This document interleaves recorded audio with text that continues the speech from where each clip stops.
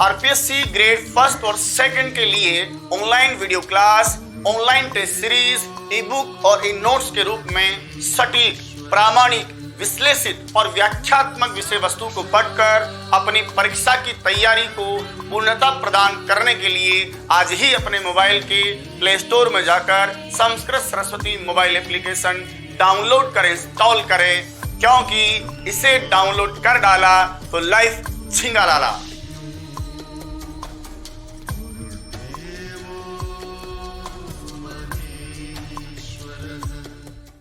बाह्य प्रयत्नों की हम चर्चा करते हैं। पहले हमने आभ्यंतर प्रयत्न पढ़े हैं साहब, संख्या में 5 थे। अब हम चर्चा करेंगे बाह्य प्रयत्नों की। और बाह्य प्रयत्न आपके संख्या में कितने हैं? 11 है। वैसे ही जैसे पहले हमने पढ़े थे कि आभ्यंतर प्रयत्नों में 3 प्रयत्न व्यंजन वर्णों के हैं और एक जो आपका होता है वो सामान्य स्वर का होता है। समृद्ध जो है वो स्वर विशेष का रस का प्रयोग दशा में होता है। यहाँ 11 प्रकार के या 11 भेद वाले हम बाह्य प्रयत्नों की चर्चा कर रहे हैं। हम चाहें तो इसको 2 भागों में बांटकर पढ़ सकते हैं। 2 भागों से मेरा मतलब है कि बाह्य प्रयत्नों की संख्या तो कितनी है? 11 है।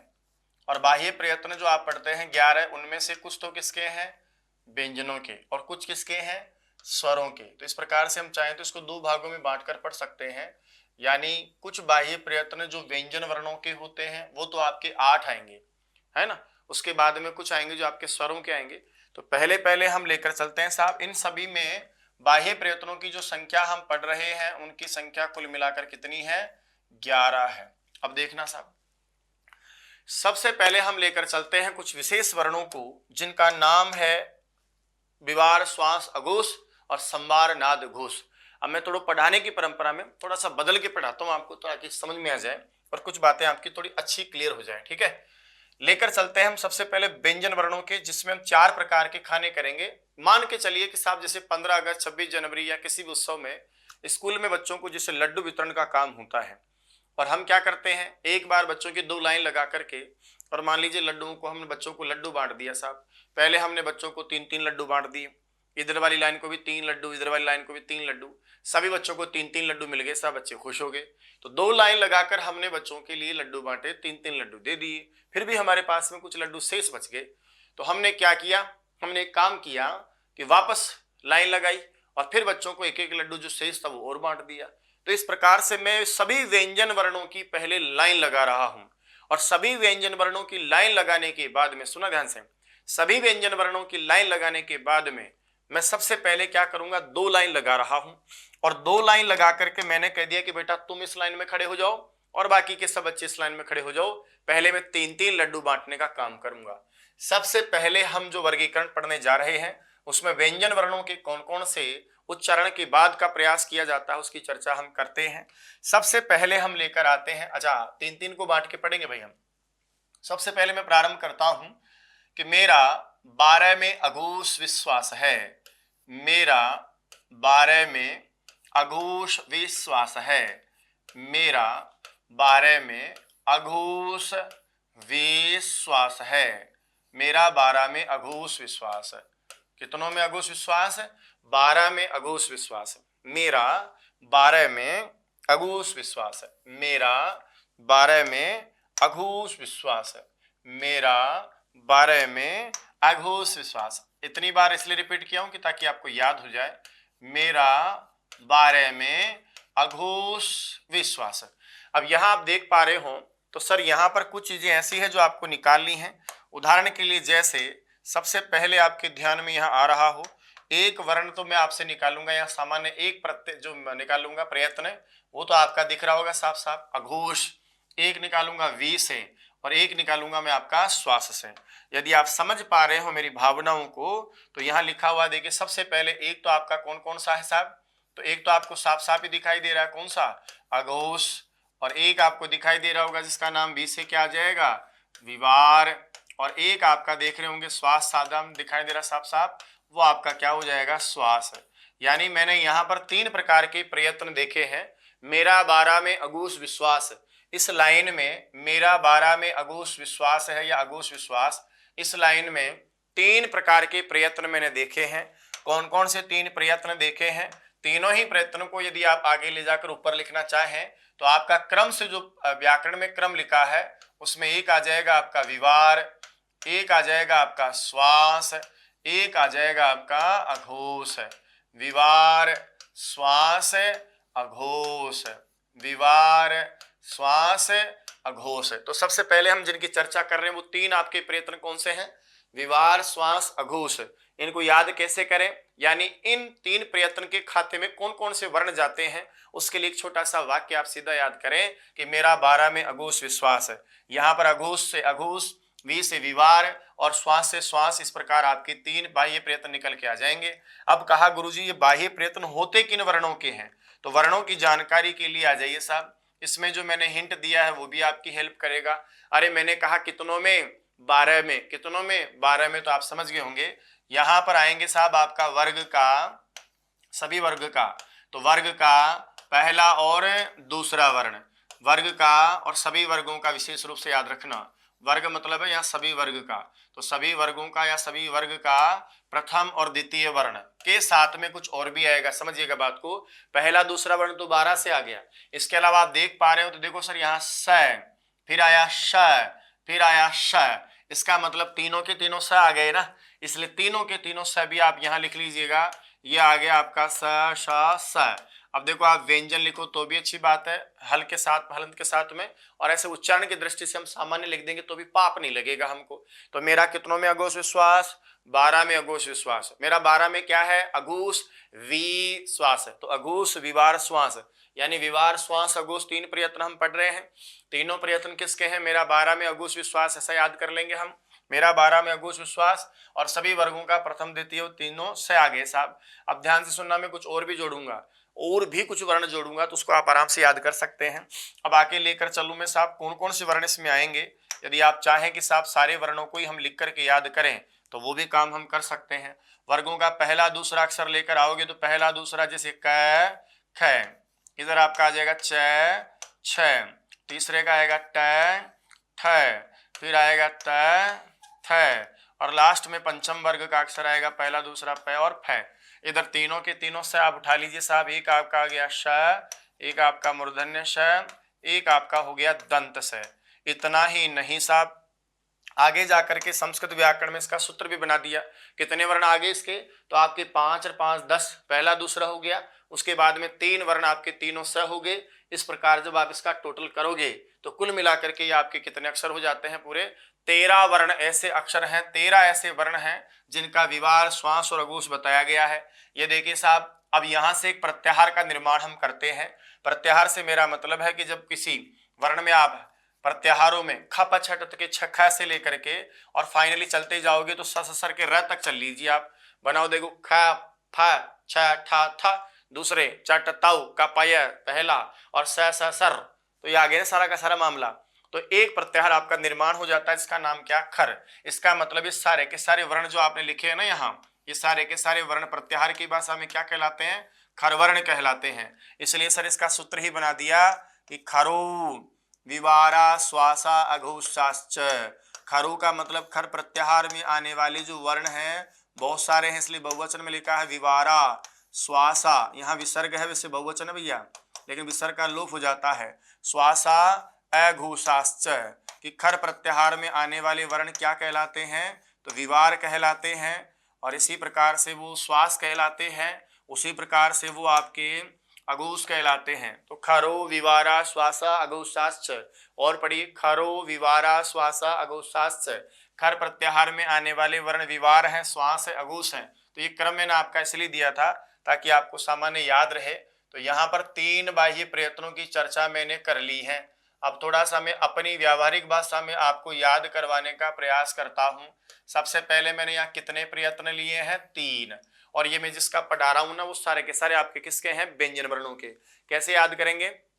मेरा 12 में अघोष वी श्वास है, तो अघोर वीवार और श्वास किसके? 12 के, यानी वर्ग का पहला दूसरा अक्षर आ जाए तो 12 आ जाए, पहला दूसरा अक्षर आ जाए तो विवार श्वास अघोष है। सही है। और ऐसा याद कर लो, क्रम से नहीं रखो तो ऐसे याद कर लो। तो अघोष विवार और श्वास किसके हैं? तो वर्गों का 12 यानी पहला दूसरा अक्षर, और तीनों इसमें स भी आपको दिखाई दे रहे हैं, तीनों स। ये तो सामान्य वर्गीकरण। और बताइए कुल मिलाकर के कितने वर्ण आपके इसमें बताएगा। सुनना मेरी बात को ध्यान से, कई बार परीक्षा में इस प्रकार का कार्यक्रम आ जाता है कि कितने वर्ण आपके यहाँ बताए गए हैं। तो सर पहला दूसरा अक्षर आप जोड़ोगे तो पहले दूसरे अक्षर में तो आपके कितने आ जाएंगे 10, और 10 के बाद में यदि आपसे कहे कि बाकी कितने हैं तो 3 आपके इधर हैं। चलिए ये कौन कौन से थे आपके, च और छ। इसके बाद में आपका लिखा था मैंने ट और ठ, उसके बाद में था आपका त और थ, और लास्ट में पंचम का था प और फ। ये कुल मिलाकर के जो वर्ण आप पढ़ रहे हो, ये लघु सिद्धांत कौमुदी का वर्गीकरण। ध्यान रहे, कुछ कहना चाहता हूं मैं, आप सुनिएगा। उसके बाद में जो आप ये संख्या काउंट करोगे, ये पूरे 5 और 5 10, 10 और 3 कितने हो जाएंगे 13, यानी कुल मिलाकर के यहाँ कितने वर्ण आपके पढ़े गए हैं तो 13 वर्ण पढ़े गए। गुरुजी ध्यान रखना, परीक्षा के लिहाज से कितने वर्ण पढ़े गए 13 वर्ण। लेकिन ये वर्गीकरण यही नहीं रुकता, ये वर्गीकरण आगे भी जाता है। भट्टोजी दीक्षित ने सिद्धांत कौमुदी में कुछ अन्य वर्णों का भी यहाँ ग्रहण किया है।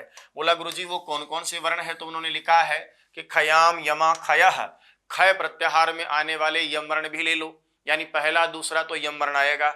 और कपौ विसर्ग सर एवच, यानी विसर्ग भी आएगा, और साथ में जो आपके कपौ का मतलब जिह्वामूल्य और उपध्मानी भी आएंगे। तो कुछ वर्ण में और ऐड कर रहा हूं, ध्यान से सुनिएगा। और ये सभी वर्ण में किसके अनुसार ऐड कर रहा हूं, भट्टोजी दीक्षित के अनुसार। भट्टोजी दीक्षित के ग्रंथ का नाम था वैयाकरण सिद्धांत कौमुदी, और भट्टोजी दीक्षित ने वैयाकरण सिद्धांत कौमुदी में व्याख्या करते समय अष्टाध्यायी में, भट्टोजी दीक्षित ने व्याकरण सिद्धांत कौमुदी में अष्टाध्यायी की व्याख्या करते समय कुछ वर्णों का और पाठ किया है, जिनको मैं लेकर आ रहा हूं। वो कौन कौन से वर्ण हैं सुनिएगा। वो आपके वर्ण है, जैसे एक आपका उन्होंने दिया विसर्ग वर्ण, एक तो कौन सा दिया विसर्ग, उसके अलावा कौन सा दिया जिह्वामूलीय और उपध्मानीय। तो ये लो साहब, एक आपका जिह्वामूलीय वर्ण हो गया, यानी क और ख से पहले आधा विसर्ग वाला जो वर्ण आप पढ़ते हो वो आपका जिह्वामूलीय भी आ जाएगा। और उसके अलावा आपका एक प और फ से पहले आधा विसर्ग हो वो आपका उपध्मानीय भी आ जाएगा। और जो आपके यम वर्ण है, लेकिन यम वर्ण कौन सा आएगा भाई साहब, जो आपका पहला दूसरा खय का आता है। इस प्रकार से इन्होंने इन 4 प्रकार के वर्णों को लिया, विसर्ग लिया, जिह्वामूलीय लिया, उपध्मानीय लिया और यम लिया। अब विसर्ग तो आप समझ गए होंगे ना, अरे विसर्ग तो आपकी जो स्वर के पीछे आने वाली एक बिंदु है, एक अक्षर ले लिया। जिह्वामूल्य आप समझ गए होंगे, क से पहले आधा विसर्ग और ख से पहले आधा विसर्ग, ये आपका हो गया।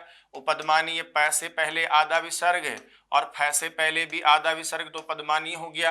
लेकिन यम में आपके 2 ही यम लिए, ध्यान रखना 2 ही यम आएंगे। एक तो आपका आएगा क, जिसको आप लिखेंगे ऐसे कुम, और दूसरा आएगा ख का यम, जिसको आप लिखेंगे खुम।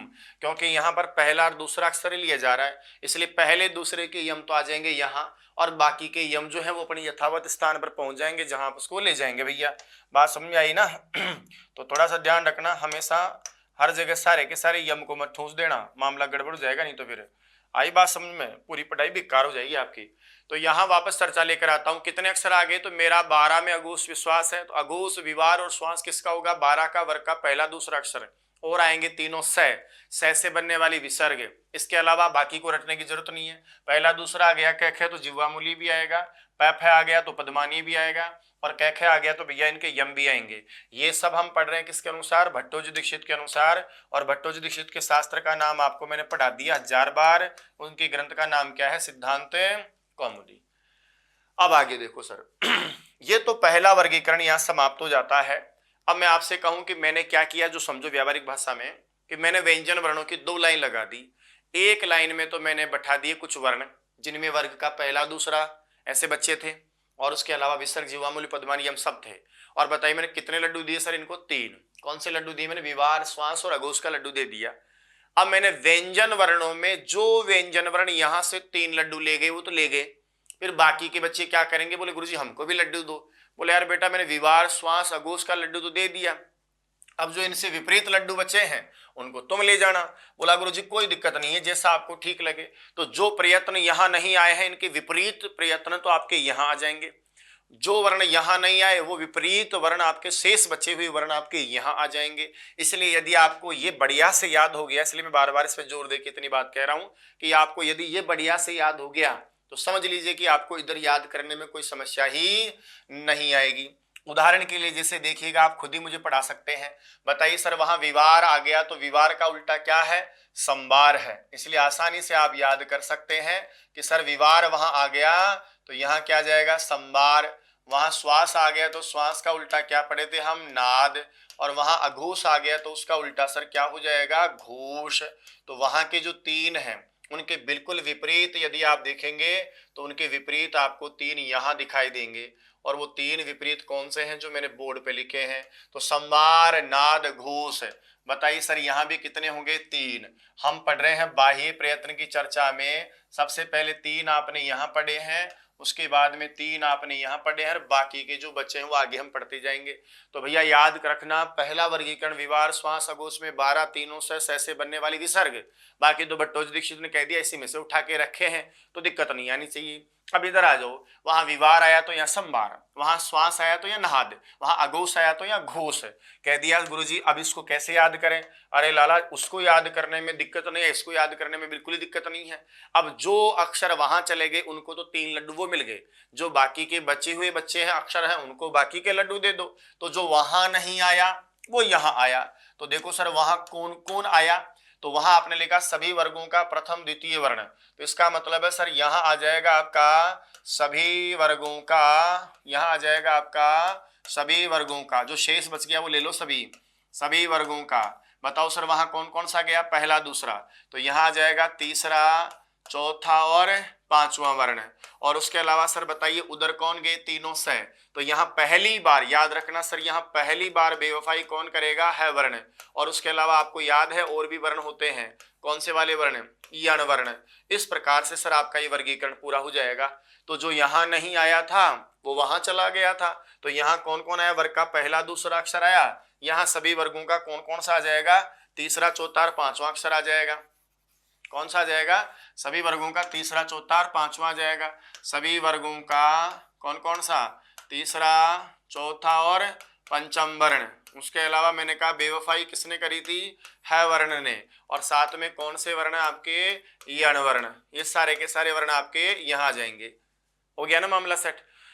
अब देखिए सर ये कौन कौन से वर्ण हैं तीसरे, चौथे, पांचवें? तो आराम से लिखते हैं धैर्य के साथ में। यहाँ आ जाएंगे तीसरे में, आप ले लो साहब, जैसे वहां कैक है तो यहाँ आ जाएगा आपका ग, घ और न, यही आएगा ना। हलंत भी लिख सकते हैं, एक ही बात है। वहां आ गया च, छ, तो यहाँ आ जाएगा आपका ज, झ और ये। वहां आ गया टठ है तो यहाँ आ जाएगा आपका ड, ढ और अण। वहां चला गया तो यहाँ आ जाएगा आपका द, ध, न। वहां चला गया तो यहाँ आ जाएगा आपका ब, भ और म। इस प्रकार से आपके तीसरे, चौथे और पंचम वर्ण आपके यहाँ आ जाएंगे।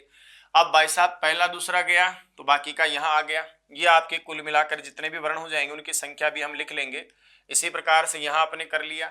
और ये आगे कौन कौन से वर्ण आपके? एक वर्ण आपका आ गया है। और बाकी यण में कितने आएंगे? 4, य, व, र और ल। ये लो साहब ये वर्ण भी आ गए।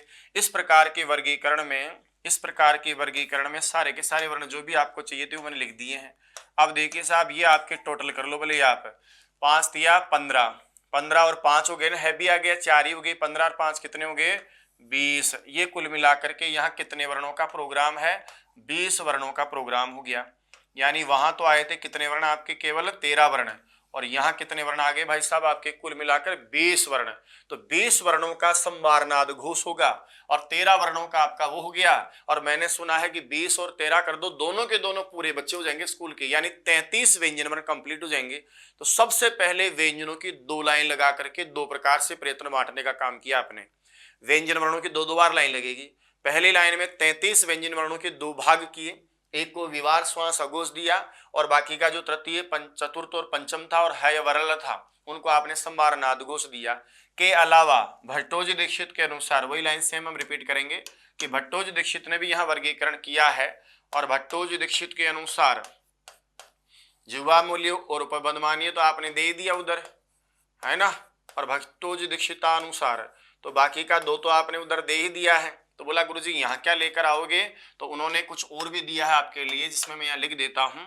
यहाँ यम वर्ण केवल आप लेकर के आएंगे और यम वर्ण भी आप 2 के ही लेकर आएंगे, जिसमें आपका कौन कौन सा आ जाएगा? वर्ग का तीसरा और चौथा वाला, जिसको आप लिखते हैं कुम और खुम, वो तो चला गया आपका, अब आ जाएगा गुम और घुम। ये उसको मैं ले लेता हूं साहब, ये गैस से क्या बनता है गुम, और एक आपका चतुर्थ का क्या बनता है घुम। ये तो आपको रटने की जरूरत भी नहीं है। उधर आपकी कौन सी चली गई सर, विसर्ग आपकी चली गई, तो यहाँ कौन सा आ जाएगा आपका दूसरा वर्ण जिसका नाम है अनुस्वार वर्ण। ये आपका अनुस्वार यहाँ आ जाएगा, ठीक है, ये आपका अनुस्वार यहाँ आ जाएगा। इस प्रकार से आपके संपूर्ण वर्णों की, अब ये विशेष रूप से आपका इतना ही कहा है तो इसको इतना ही लेंगे, एक वर्ण जो आता है उसका नाम अनुस्वार होता है, तो ये आपका यहाँ आ जाएगा। तो कहने का मतलब है कि भट्टोजी दीक्षित के अनुसार अनुस्वार और विसर्ग का भी विभाजन किया गया, और भट्टोजी दीक्षित के अनुसार जिह्वामूली पद्मानी और वर्णों का विभाजन किया गया।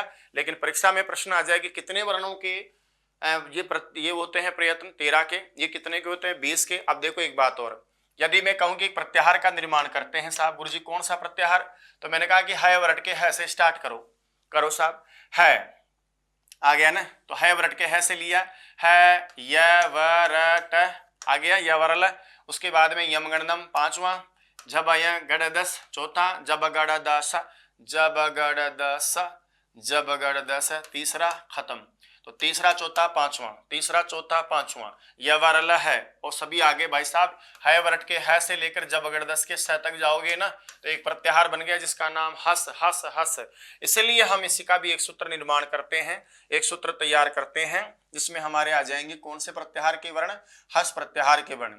इसलिए लिखा है कि वहां हसो या हंसाह संवारा नादा घूसाश्च, हंसाह संवारा नादा घूसाश्च, हंसाह संवारा नादा घूसाश्च घूसाश्च। तो जो वहां ये नहीं था वो सब यहाँ आ गया। ये लीजिए साहब, ये आपका बनके तैयार हो गया, हंसह संवारा नादा घूसाश्च।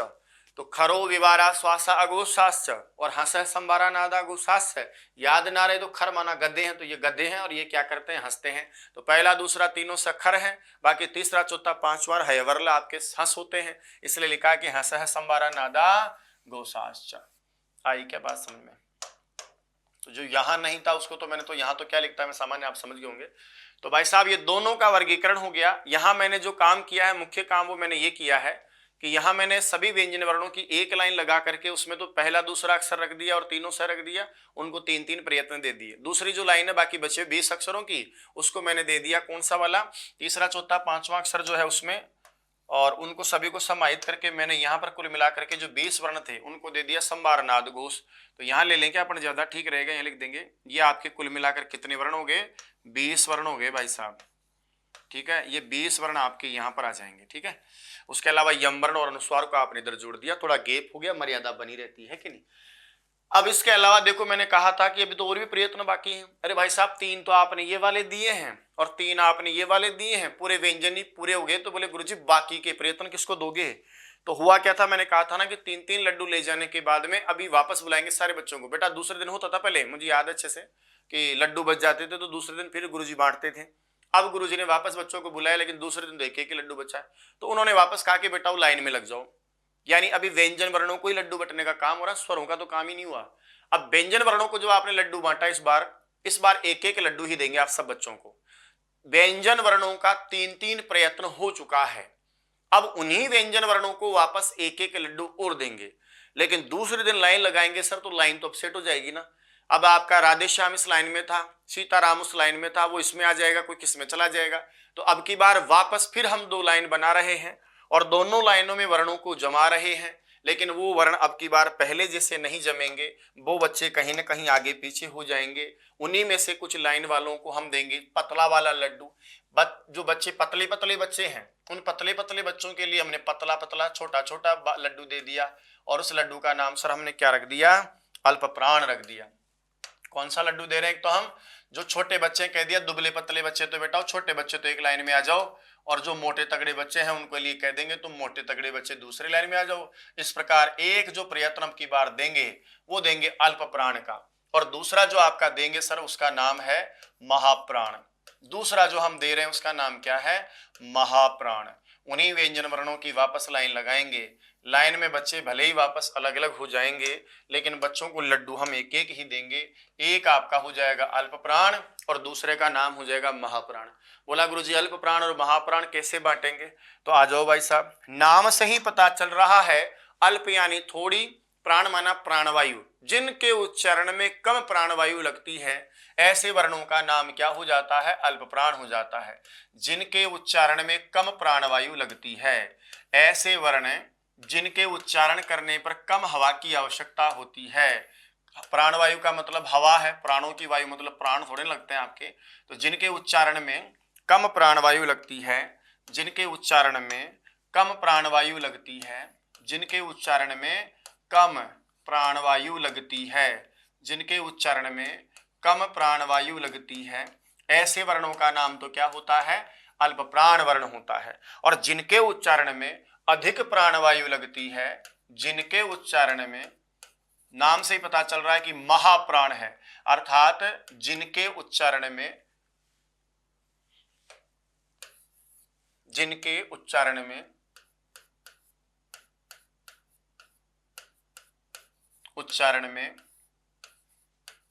अधिक प्राणवायु लगती है, जिनके उच्चारण में अधिक प्राणवायु लगती है। कैसी वाली प्राणवायु? अधिक प्राणवायु। वो आपके बताइए कौन से वर्ण कहलाएंगे? महाप्राण वर्ण कहलाएंगे।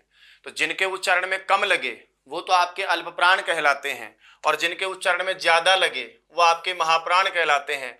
और महाप्राण शब्द में आपको पता है महत्व क्या होगा? बहुवचन होगा। तो कर्मधारय समास में हो जाएगा जिनके उच्चारण में कम प्राणवायु लगती है। ठीक है, तो जिनके उच्चारण में कम लगे वो तो हो गया अल्प प्राण वाला, अल्प प्राणवायु वाला, और जिनके उच्चारण में ज्यादा प्राणवायु लगती है वो जाएंगे आपके महाप्राण वाले। कहा गुरुजी ऐसे कौन से वर्ण हैं जिनके उच्चारण में कम प्राणवायु लगती है, यानी कम हवा की आवश्यकता पड़ती है, और ऐसे कौन से वर्ण हैं जिनके उच्चारण में बहुत अधिक प्राणवायु की आवश्यकता पड़ती है? तो भाई साहब कहते हैं कि कुछ वर्णों का ऐसा संयोजन होता है जिनके उच्चारण में कम प्राणवायु लगती है, और ऐसे वर्णों को यदि मैं कहूं कि एक बार आप पढ़ के दिखाओ, अपने आप ही पता चल जाएगा। जैसे उदाहरण के लिए मैं आपसे कहूं कि एक बार आप इस अक्षर को पढ़ें, तो इसको ख नहीं पढ़ेंगे, हम क पढ़ेंगे। उसी प्रकार मैं आपसे कहूं कि आप इसको पढ़ें ग, इसको पढ़ें आप ng। इसी प्रकार मैं कहूं आप इसको पढ़ें च, इसी प्रकार ज, और उसी प्रकार से य, उसी प्रकार ट, उसी प्रकार ड, उसी प्रकार ण। इसको पढ़ेंगे तो हम त, उसी प्रकार द और न, उसी प्रकार प, आपका हो गया ब, और एक हो गया आपका म। इन सभी वर्णों के उच्चारण करने पर, जब हम इन सभी वर्णों का उच्चारण करते हैं तो अपेक्षाकृत कम प्राणवायु की, कम हवा की आवश्यकता लगती है। लेकिन इनके विपरीत जब हम इन वर्णों का उच्चारण करें, जैसे मैं आपसे कह दूं कि भाई साहब इसका उच्चारण करो, तो वो तो क्या था सर आपका क, जबकि ये क्या है ख, तो अपेक्षाकृत ज्यादा हवा लगी ना, वो आपका ग है। मैं आपसे कहूं ये क्या घ, फिर आपसे कहूं कि च, लेकिन ये आपसे कहूं कि ये पढ़ो तो आप पढ़ोगे छ, वो आपका ज था। लेकिन मैं आपसे कहूं ये क्या है तो आप कहोगे झ। वो आपका ट था, मैं आपसे कहूं इसको पढ़ो तो आप पढ़ोगे ठ। वो कहूं ड था, आप इसको पढ़ो तो ये क्या है ढ। वो आपका त था, मैं आपसे कहूं इसको पढ़ो तो ये थ। वो आपका द था, मैं आपसे कहूं इसको पढ़ो तो ये क्या है ध। वो आपका प था, मैं आपसे कहूं इसको पढ़ो तो ये फ। और वो आपका ब था, लेकिन ये कहूं कि इसको पढ़ो तो ये क्या है भ। तो इन वर्णों का उच्चारण करने पर अपेक्षाकृत कम हवा की, प्रेशर की आवश्यकता पड़ती है। क, ख, ग, घ, ङ, च, छ, ज, झ, ञ, ट, ठ, द, ध, न, प, फ, ब, भ, म। अब ऐसा तो है ही नहीं कि सामान्य हम कह दें कि खरगोश आया है। खरगोश नहीं आता सर, खरगोश आता है। क्या खाम कर रहे हो? तो खाम कर रहे हो नहीं होता सर, काम कर रहे होता है। तो जिसके उच्चारण में कम प्रेशर लगाना पड़े, कम हवा की आवश्यकता पड़े, वो अल्प प्राण है, और जिसके उच्चारण में ज्यादा हवा की आवश्यकता पड़े वो आपका महाप्राण है। इतना ही नहीं सर, इस वर्गीकरण में कुछ और भी वर्णों का संयोजन किया गया है। मैंने आपको पढ़ाया था ऐसे वर्ण जिनका उच्चारण करने पर कम प्राणवायु की आवश्यकता होती है, ऐसे वर्णों का नाम क्या होता है? और आपने आराम से आहिस्ता आहिस्ता पढ़ा था, उत्तर भी बताया था। ऐसे वर्ण जिनके उच्चारण में कम हवा की आवश्यकता पड़े वो आपके य, व, र, और ल नाम से कहे जाने वाले अंतस्थ वर्ण जिनको हमने यण में पढ़ा था, लेकिन ऐसे वर्ण जिनका उच्चारण करने पर मुख की प्राणवायु तीव्र गति से बाहर निकलती हुई हल्का हल्का उष्मा का एहसास करवाती है, ऐसे दमदार जो आपके वर्ण थे उनका नाम श, श, स और एक आपका जो है ये है केवल वहीं बेवफाई करता, हर जगह बेवफाई नहीं करता है। इस प्रकार से ये कुछ ऐसे व्यंजन वर्ण हैं जिनका उच्चारण करने पर अधिक प्राणवायु की आवश्यकता होगी। ये ऐसे कुछ व्यंजन वर्ण हैं जिनका उच्चारण करने पर इनका उच्चारण करने पर कम प्राणवायु की आवश्यकता होती और इनके उच्चारण करने पर अधिक प्राणवायु की आवश्यकता होगी। जिन वर्णों के उच्चारण में कम प्राणवायु की आवश्यकता होती है ऐसे वर्ण 5 दिया 15 और 4 19 वर्ण अल्प प्राण वर्ण कहे गए हैं। और बाकी के जो आप देख रहे हैं उधर वो सभी आपके वर्ण जिनके उच्चारण में अधिक प्राणवायु की आवश्यकता होती है। 5 दूना 10 और 4 14 है। ऐसे जो आपके वर्ण हैं वो आपके वर्ण 14 जो आपके वर्ण हैं वो 14 वर्ण सर आपके महाप्राण वर्ण कहलाते हैं। कई बार परीक्षाओं में इस प्रकार के भी संबंधी आपके प्रश्न कर लिए जाएं तो आपको ध्यान होना चाहिए। तो 19 वर्ण तो आपके अल्प प्राण में है, 14 वर्ण आपके महाप्राण में है। 14 और 19 को जोड़ लो सर आपके वापस आंकड़ा व्यंजन वर्णों का 33 हो गया ना। तो व्यंजन वर्णों को पहले 3-3 करके 2 लाइन तो वहां बांटी, फिर वापस 2-2 लाइन बना के आपने यहाँ 1-1 फिर बांट दिया, यानी हर व्यंजन के खाते में 4-4 लड्डू चले गए, 4-4 प्रयत्न चले गए। अब आइए साहब इनमें हम देखें कौन कौन से वर्ण आते हैं। तो सर यहाँ आप यदि पढ़ रहे हैं और थोड़ा समझ रहे हो तो यहाँ आते हैं वर्गों के, वो सभी वर्गों के आएंगे। तो सभी वर्गों का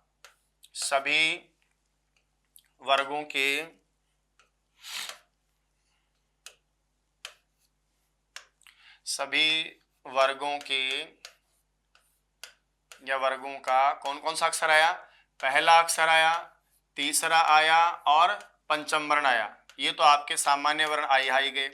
उसके अलावा भी आपके अक्षर आए हैं, कौन कौन से प्लस करके पर लिख दें इसको। और कौन कौन से आगे आए आपके यण वर्ण और आगे। तो प्रथम तृतीय और पंचम अक्षर और उसके अलावा कौन से वर्ण आ गए यण वर्ण। जो यहाँ नहीं था साहब वो यहाँ आ गया। तो यहाँ कौन कौन से आएंगे साहब आपके, तो उसके लिए लिखेंगे हम सभी वर्गों के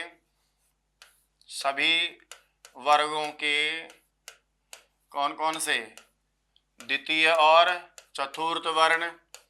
उसके अलावा आपका आ गया कौन से प्रत्याहार के वर्ण, शल प्रत्याहार के वर्ण, जिनको आप कहेंगे बड़े प्यार से शल वर्ण। इस प्रकार से ये वर्गीकरण किया मैंने और नीचे वर्णों का नाम भी लिख दिया। तो आप सारी बात समझ गए होंगे। तो ये जो आपके वर्ण थे 19 तो आपके अल्प प्राण और 14 वर्ण जो आप इधर पढ़ रहे हैं वो आपके कौन से हो गए महाप्राण। आइए साहब इन्हीं का हम सूत्र बना लेते हैं। कहा कि वर्गों के, तो वर्गों के काके की में षष्ठी लगा दो तो आपका सूत्र हो जाएगा वर्गाणाम, यानी वर्गों के कौन कौन से हैं, पहला यानी प्रथम, तीसरा माना तृतीय और पांचवा यानी पंचम।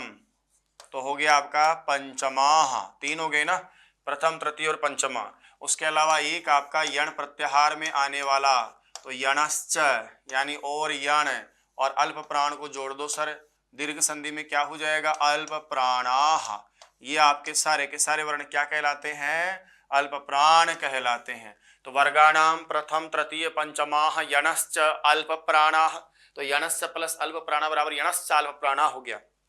उसी तरह से यहाँ सूत्र बना लो, वर्गाणाम यानी वर्गों के कौन कौन से द्वितीय वर्ण और कौन सा आया चतुर्थ वर्ण। तो 2 ही प्रकार के वर्ण आए ना, तो द्वितीय और चतुर्थ 2 ही शब्द हैं इसलिए द्विवचन लगाएंगे, क्या बन जाएगा द्वितीय चतुर्थौ। और उसके अलावा कौन से वर्ण हैं, कहा साहब सलश्च यानी सल वर्ण हैं और ये सभी क्या कहलाते हैं महाप्राण कहलाते हैं। यही ले लेता हूं मैं, तो यण सलश्च महाप्राणाः। वैसे भी प्राण शब्द नित्य बहुवचन में चलता है। तो ये आपका दूसरा सूत्र बनके तैयार हो गया। इसको रटने की आवश्यकता भी नहीं, आप आसानी से समझ सकते हैं। क्या लिखा, तो वर्गाणाम द्वितीय चतुर्थौ सलश्च महाप्राणा, वर्गाणाम प्रथम तृतीय पंचमः यणश्च अल्प प्राणा, पहला तीसरा पांचवा और यण अल्प प्राण और बाकी के जो दूसरे चौथे और सल हैं वो सभी आपके महाप्राण हो गए। ये वर्गीकरण अपेक्षाकृत सीधा है। वहां पहला दूसरा का जोड़ा था यानी 12 का जोड़ा था और फिर उसके बाद में आपका 345 का जोड़ा था। यहाँ मामला थोड़ा अलग है भैया जी, ठीक है। इसके अलावा अल्प प्राण और महाप्राण में किसी अन्य वर्ण का कोई विभाजन किसी भी शास्त्र में नहीं किया गया। कभी कभार हम लोग अनुस्वार को यहाँ रख लेते हैं, है ना, क्योंकि वो पंचम वर्ण के समान उसकी भांति व्यवहार होता है। और कई बार हम विसर्ग को यहाँ रख लेते हैं क्योंकि उसका है कि उच्चारण के समान होता है, लेकिन ये वर्गीकरण भी आपका युक्ति युक्त नहीं माना जाता है। हालांकि लिखने में लिख देते हैं, कुछ लोग ऐसा मान लेते हैं कि साहब अनुस्वार को आप यहाँ रख लीजिएगा और जो विसर्ग है आपकी उसको आप यहाँ रख लीजिएगा, लेकिन ये वर्गीकरण कहीं युक्ति युक्त नहीं मिलता है। ये सिर्फ आपके जिज्ञासाओं के समाधान के लिए ऐसा लिख दिया जाता है, ठीक है ना, कोई आप यहाँ पर अयोगवाह का भी कुछ नहीं कहा गया। अब आप देख पा रहे हो यहाँ तक के वर्गीकरण में, तो आपने खास बात देखी, पहले आपने व्यंजन वर्णों की लाइन लगाई और आपने कितने कितने दे दिए, तीन तीन। जैसे कै के खाते में कितने गए, विवार श्वास अगोश तीन चले गए, लेकिन आपने फिर अल्प प्राण और महाप्राण में से तो एक दिया, कौन सा दिया आपने, अल्प प्राण, तो तीन पहले दिए, एक यहाँ दे दिया, चार, एक व्यंजन को चार मिलेंगे। उसी प्रकार मान लो द है तो संवार नाद घोष दिया, उसके बाद में द को आपने वर्ग का तीसरा अक्षर था इसलिए फिर अल्प प्राण भी दे दिया, तो फिर चार दे दिए। उसी प्रकार से आपका कोई अक्षर था, जैसे उदाहरण के लिए छ, ये दूसरा अक्षर है, आपने इसको विवार श्वास अगोश तो यहाँ से दे दिया और उसके बाद में दूसरा अक्षर इसलिए महाप्राण यहाँ से दे दिया। बात समझ में आ रही है? तो ये आपके प्रॉपर तरीके से फिर आपने जो वर्गीकरण किया है उस वर्गीकरण के अकॉर्डिंग आपने यहाँ भी बच्चों को कुछ दिया भाई साहब। तो इस प्रकार प्रत्येक व्यंजन के खाते में चार चार बाह्य प्रयत्न चले जाते हैं। प्रत्येक व्यंजन के खाते में चार चार बाह्य प्रयत्न चले जाते हैं। कितने चले जाते हैं, चार चार बाह्य प्रयत्न चले जाते हैं उसके खाते में, ठीक है। लेकिन इसके अलावा बात यही खत्म हो जाती तो और बात थी, सर अभी भी हमारे पास में और भी बाह्य प्रयत्न है, और वो प्रयत्न कितने बचे हैं, अभी तीन और तीन छह पहले पढ़े, दो आपने यहाँ पढ़े, 8, अभी भी आपके पास में 3 बचे हुए भाई साहब, और 3 बचे हैं और व्यंजन वर्णों का मामला यही खत्म हो जाता है। पहले भी व्यंजनों को बांटा, फिर आपने एक एक व्यंजन को बांटा, अब जो हम बांटेंगे वो किसको बांटने वाले हैं, स्वरों को बांटने वाले हैं। और सर प्रयत्न भी कितने बचे, 3, और वर्ण कौन से बचे, स्वर। कहा जो बच गए वो सभी स्वर ले जाओ भाई साहब। तो जो बच गए हैं साहब वो कौन कौन से प्रयत्न बच गए आपके, एक प्रयत्न तो सर आपका बच गया उदात्त, 3 बचेंगे ना, एक प्रयत्न आपका बच गया अनुदात्त, और एक प्रयत्न आपका बच गया स्वरित। तो सर ये 3 प्रयत्न तो आपके बाह्य बच गए। और कहा कि वर्ण कौन से बचे हैं, तो कहा साहब वर्ण अभी पूरे के पूरे स्वर बचे हैं। कहा कोई बात नहीं बेटाओ, स्वरों सारे के सारे प्रयत्न तुम्हारे खाते में चले जाएंगे। तो सर ये आपके कहां पर कितने हैं, 3। इससे पहले आपने अल्प प्राण और महाप्राण में कितने कितने पढ़े थे आपने, एक ये पढ़ा और एक आपने ये पढ़ा। तो 3 और 3 6 और 2 8, यहां तक तो मामला किसका था, व्यंजनों का था। यहां तक तो मामला किसका था, व्यंजनों का था। तो व्यंजनों के खाते में कितने चले गए आपके, 8 चले गए साहब। 8 व्यंजन का मतलब ये नहीं कि 8 व्यंजनों, तो 8 व्यंजनों के चले गए। यहां तक तो व्यंजनों की चर्चा की। इसके बाद में अब जो हम पढ़ रहे हैं वो किसकी चर्चा कर रहे हैं, हम स्वरों की कर रहे हैं। तो सुनिएगा ध्यान से, कहते हैं उदात्त, अनुदात्त और स्वरित, ये 3 प्रकार के जो आपके प्रयत्न हैं, ये तीनों प्रकार के प्रयत्न साहब किनके होते हैं। तो कहते हैं कि जो शेष बच गया उसी का नाम ले लो, यानी इसमें कौन से वर्ण आपके आते हैं। तो कहा कि उदात्त, अनुदात्त और स्वरित, ये सभी बताइए किन वर्णों के हैं, कि साहब स्वर वर्णों के होते हैं। पूछा किसी ने, कहा कि स्वर वर्ण बोले तो क्या, तो कहा कि स्वर वर्ण भूल गए आप सभी। हमने पढ़ा था इससे पहले कि जो अच वर्ण होते हैं वही स्वर वर्ण होते हैं, इसलिए हम लिखेंगे अचः स्वराः, यानी इसमें कौन से वर्ण आने वाले हैं आपके, अचवर्ण आने वाले हैं। तो भाई साहब अचवर्ण तो हमने पढ़े हैं, हमने पढ़ा था कि अयुण के अ से लेकर के अयौज के च तक चलोगे तो सभी के सभी अचवर्ण आएंगे। अब वो कौन कौन से अचवर्ण हैं आपके, तो वो यहाँ सीखेंगे हम। जैसे आपका हो गया अ, ई, उ, री, ली, ए, ओ, आई और औ। ये बताइए साहब संख्या में कितने हो गए, तो ये आपके संख्या में हो जाएंगे कुल मिलाकर के 9। संख्या में कितने हो जाएंगे आपके 9, और इनका सूत्र हम पहले की तरह बना लेंगे। लिखा है कि स्वराणाम, यानी जो स्वर होते हैं वो स्वराणाम या स्वरा, जो भी आप कहना चाहो एक ही बात है कि स्वराणाम यानी स्वरों के, एक तो होता है उदात्त, एक होता है अनुदात्त और एक होता है स्वरित। कितने हो गए, 3 हो गए ना। तीनों का द्वंद्व समास करके रखोगे तो प्रथमा के बहुवचन में क्या बनेगा, स्वरिताः। इस प्रकार से पढ़ा। तो स्वराणाम यानी स्वरों के, उदात्तानुदात्त स्वरिताः, उदात्त अनुदात्त और स्वरित बाह्य प्रयत्न होते हैं। सूत्र हो गया स्वराः, स्वर ये होते हैं या स्वरों के ये होते हैं। तो ये सामान्य चर्चा में प्रयत्न में तो दिक्कत नहीं है, यानी एक स्वर में से कोई सा भी स्वर आ जाए। यहाँ 9 स्वर से मेरा मतलब केवल 9 स्वर भी नहीं, ध्यान रहे, यहाँ स्वरों को आप आगे भी ले जा सकते हैं, यानी प्रक्रिया अनुसार आप इनका रस्व दीर्घ प्लुत वगैरह जो भी लेकर आओगे ना, उस प्रक्रिया के हिसाब से आप चाहो जितना बुला लो, कोई दिक्कत नहीं है भाई साहब। तो बाह्य प्रयत्नों की चर्चा में स्वर के खाते में, जैसे मैंने आपसे पूछूं कि साहब ए का बताओ बाह्य प्रयत्न, तो सर 3 ही बताना है, उदात्त, अनुदात्त और स्वरित। मैं आपसे कहूं कि दीर्घ ई वाले का, तो भी उदात्त, अनुदात्त, स्वरित। मैं आपसे कहूं प्लुत उ वाले का बताओ, तो भी उदात्त, अनुदात्त, स्वरित।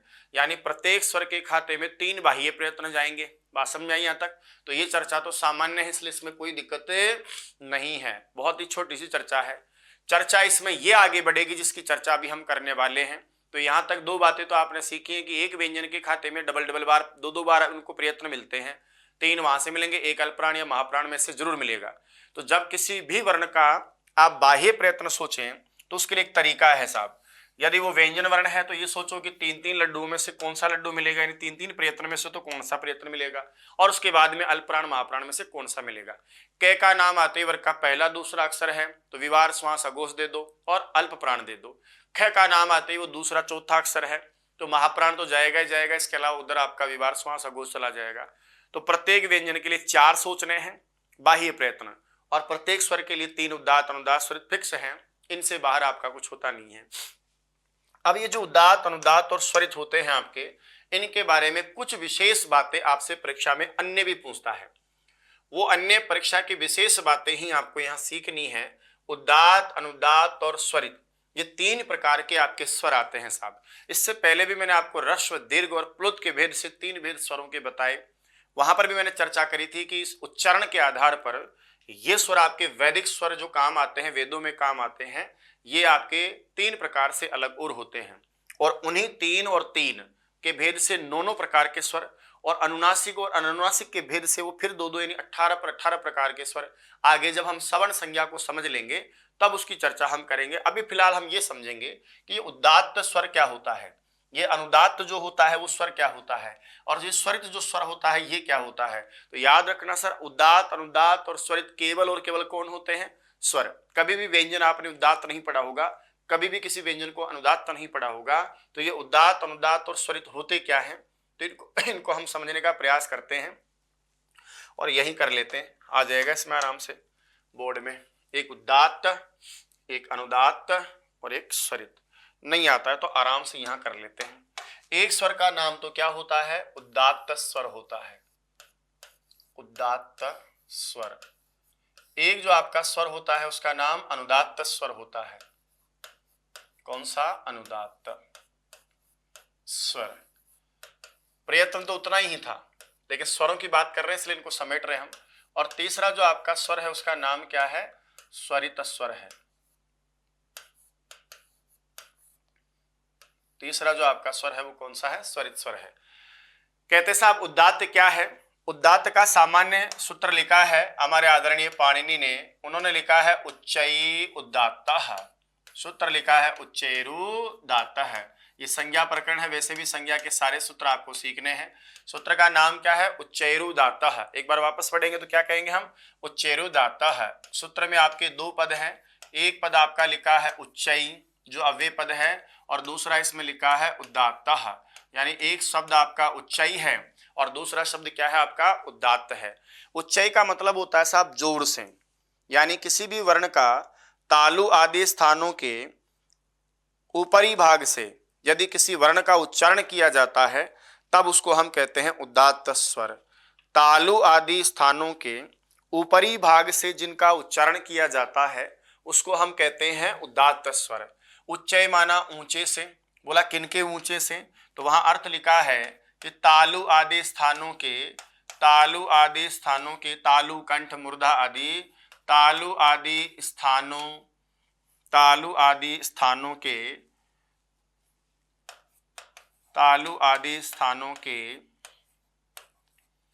ऊपरी भाग से, ऊपरी का मतलब ऊर्ध्व भाग से, ऊर्ध्व यानी ऊपरी भाग से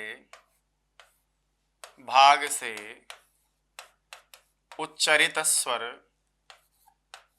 जिस स्वर का उच्चारण ऊपर के भाग से किया जाए वो उच्चरित स्वर बताइए क्या कहलाता है? उदात्त कहलाता है।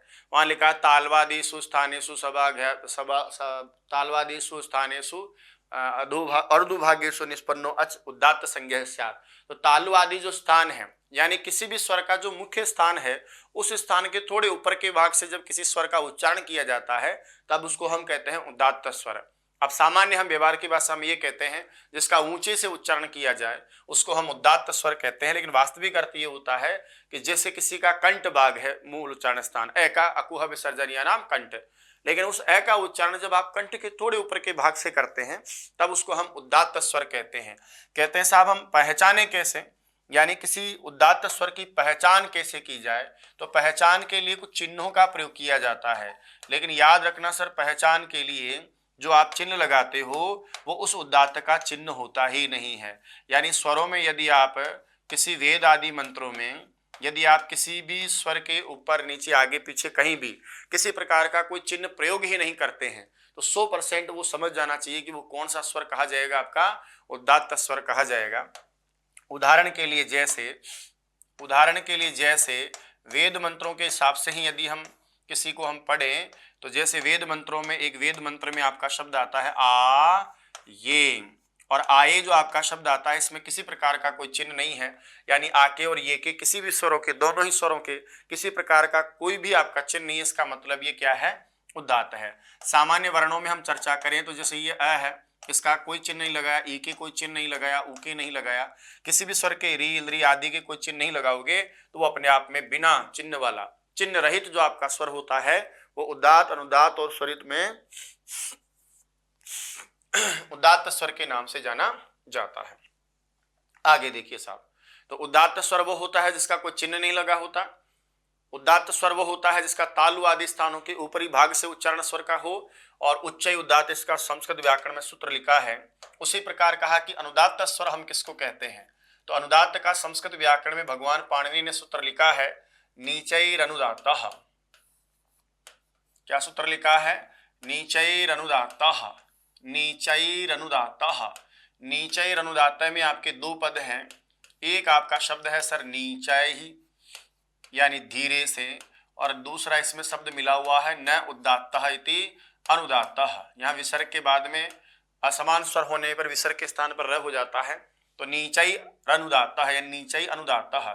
इसका मतलब होता है कि उदात्त स्वर का उच्चारण तालु आदि स्थानों के ऊपर के यानी ऊर्ध्व भाग से होता है, लेकिन जब तालु आदि स्थानों के नीचे के भाग से, अधोभाग से, तालु आदि स्थानों के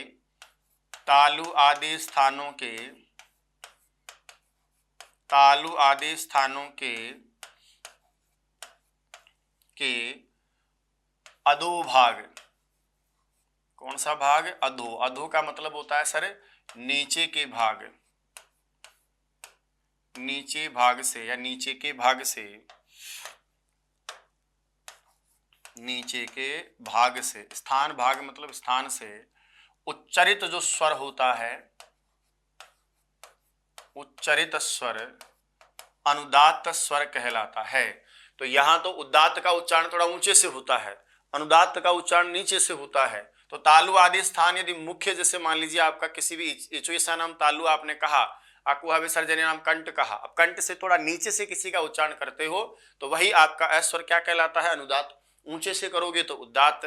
कहा कि साहब इनकी पहचान कैसे करें, तो जैसे उदात्त का कोई चिन्ह नहीं होता उसी प्रकार अनुदात्त का चिन्ह होता है, और अनुदात्त के चिन्ह के लिए आता है नीचे पड़ी रेखा का प्रयोग किया जाता है।